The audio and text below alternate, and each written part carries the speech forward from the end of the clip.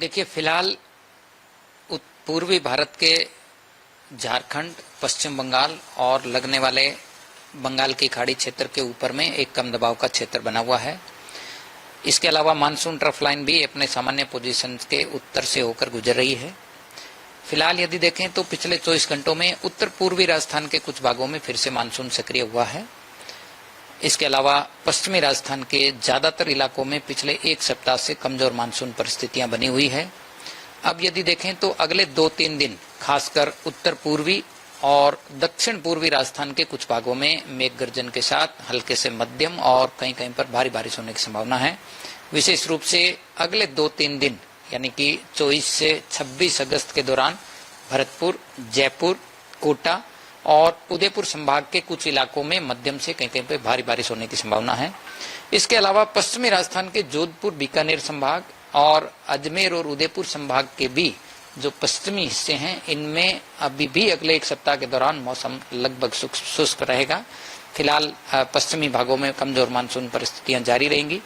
वहीं पूर्वी राजस्थान के कुछ इलाकों में अगले 2-3 दिन मानसून सक्रिय होने की संभावना है। हालांकि आप देखेंगे कि 28 अगस्त से एक बार फिर से बारिश की गतिविधियों में कमी होने की प्रबल संभावना है। इसके अलावा यदि देखें तो राजस्थान में अब तक इस मानसून सीजन में सामान्य से 17% कम बारिश हुई है। क्षेत्रवार यदि देखें तो कोटा और उदयपुर संभाग के ज्यादातर जिलों में सामान्य से कम बारिश यानी बिलो नॉर्मल रेनफॉल की कैटेगरी में है, यानी 20% से भी ज्यादा की बारिश की कमी है। वहीं जयपुर और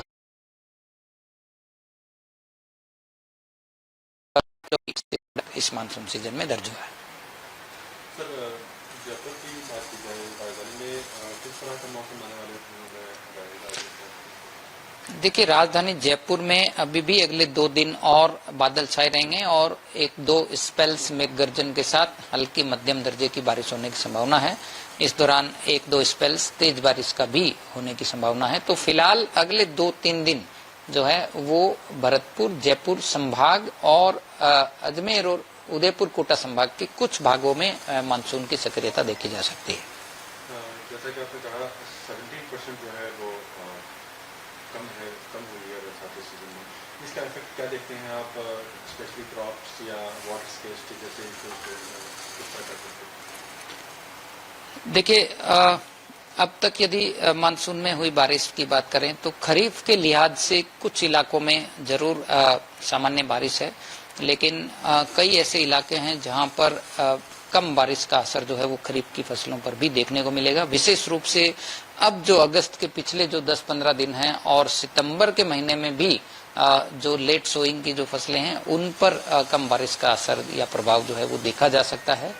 हालांकि जून के महीने में अच्छी बारिश होने और समय पर बुआई का जो कार्य है वो होने की वजह से कुछ किसानों के लिए या वो जो फसलें जो अर्ली सोइंग की कैटेगरी में हैं उनको बहुत ज्यादा नुकसान की संभावना नहीं है। तो खरीफ की फसलों के लिए मैं समझता हूं कि आंशिक रूप से असर जरूर होगा।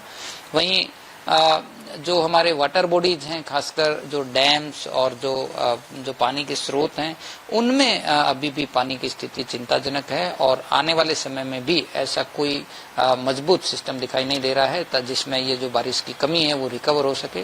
तो ऐसे में जो जल संसाधन जो हमारे राजस्थान में अलग अलग स्थानों पर हैं, उनमें पानी की जो स्टोरेज है उसमें स्थिति चिंताजनक हो सकती है या उसमें बहुत ज्यादा आवक होने की फिलहाल परिस्थितियां कम है।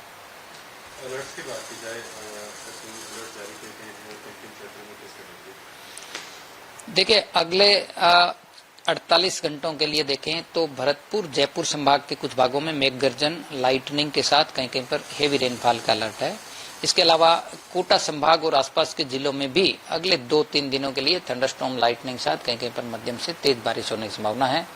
वहीं पश्चिमी राजस्थान का जोधपुर, बीकानेर संभाग के सभी जिलों में फिलहाल कोई चेतावनी जारी नहीं की गई है। अगले 5-7 दिनों के दौरान ज्यादातर स्थानों पर शुष्क मौसम रहेगा। तापमान भी देखेंगे तो 37 से 38 डिग्री सेल्सियस के आसपास सीमावर्ती क्षेत्रों में तापमान भी बना रहेगा। आपके राज्य की खबरें, आपके शहर की खबरें सबसे पहले जानने के लिए देखते रहें अमर उजाला। चैनल को सब्सक्राइब जरूर कर लें और पाएं हर अपडेट।